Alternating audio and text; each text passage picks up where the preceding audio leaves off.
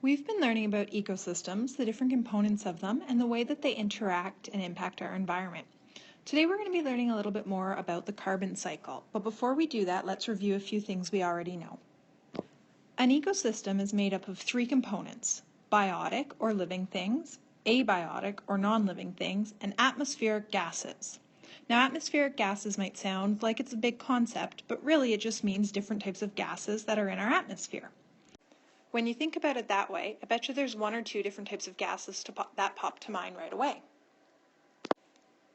The first one, and probably most common, is oxygen. The second one is what we call carbon dioxide, and that's represented by CO2. And the last one is nitrogen. So as we mentioned, and the title you can see is the carbon cycle, we are going to be focusing today on this atmospheric gas, carbon dioxide. And our learning is going to surround how carbon dioxide is cycled in the environment and how it impacts our ecosystems. This picture represents the way that carbon dioxide, or CO2, can be cycled throughout our atmosphere. So there's a couple things on here, some vocabulary that we're going to clarify as we go. But as you can see, we have arrows kind of pointing everywhere here. We have this one, we have this one, we have one down here, we have one that goes up here, and one that goes back up there. Okay?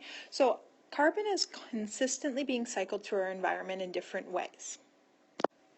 Since it is a carbon cycle, there isn't really a starting or an ending place, but we're going to pick the animal here, the cow, and we're going to start with this. Now keep in mind that humans are technically animals, so as an animal is represented here, a human would do the same thing. And the first thing it says here is that animals respire and give off CO2. Respire, or respiration, may sound again like a big word, but really all it means is to breathe. So when animals or humans breathe, we put CO2 into the atmosphere, and you can see that represented by this arrow here.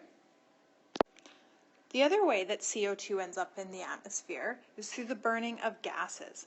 Now here we have combustion gives off CO2. Combustion basically means the burning of fuels. When we talk about burning of fossil fuels, we think about greenhouse gas. There's a lot of information in the media these days about global warming and how greenhouse gases play a role in that, but burning fossil fuels or burning greenhouse gases such as carbon then adds more carbon into our atmosphere. So when we go back to this image, you can see there are basically two ways that we've identified so far that carbon gets into the atmosphere. Carbons can get into the atmosphere through animals and humans breathing and through the burning of fossil fuels.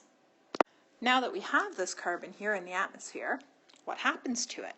Well, if you remember back to when we talked about photosynthesis, the first thing that happens is that the trees actually absorb the CO2 from the atmosphere to use in photosynthesis in order to produce sugars for energy as well as oxygen. Once all that CO2 is in the atmosphere, then plants absorb it for photosynthesis, which results in them producing food and oxygen for themselves, as well as we know that oxygen goes back into the atmosphere. Once the tree or the plant has used the CO2 to produce more food for itself, it grows. And when it grows, animals, as well as humans, eat the plants, which contain carbon. So now the animals and the humans have carbon dioxide in their bodies again because they're eating the natural green plants that have used CO2 for photosynthesis. Then we respire or breathe out the CO2 in the atmosphere, and the whole thing becomes a cycle. So, CO2 is in the atmosphere, it gets absorbed by trees. Trees then use it to produce their own food or grass or plants, which animals and humans eat. Once we've eaten it, we then put that CO2 back into the atmosphere. So there's a mini cycle that happens here, you can see, just between plants and animals and humans. That's one part of the cycle. Another part of the cycle that's based on human interaction with the ecosystem is that we burn fossil fuels, which puts CO2 into the system, or into our atmosphere, I apologize. Then that CO2 gets absorbed by plants, which then produces food for the rest of us to eat. We eat it, and then we put more CO2 back into the atmosphere.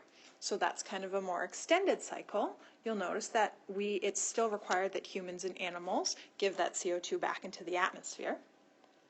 But we're not quite done. There's still one more way that CO2 ends up in our atmosphere. And we talked a little bit before when we were talking about the different parts of food chains about decomposers and scavengers. We talked about producers, consumers, and decomposers. So when animals or plants are dead and decomposing, they actually give off CO2 as well. So typically because this type of matter, dead animal matter or dead plant matter, is on the ground, then the carbon would actually sink down into our soil. And it would be cycled through again either from the water system when it rains, or also from the roots. It would get absorbed up into different plants, or it would get absorbed into the grass here that the cow might be eating. Then the cow would eat it, and the CO2 would go back into the atmosphere once more. Your task now is to create a note in your science notes or in your science journal using diagrams and words together that describes the carbon cycle.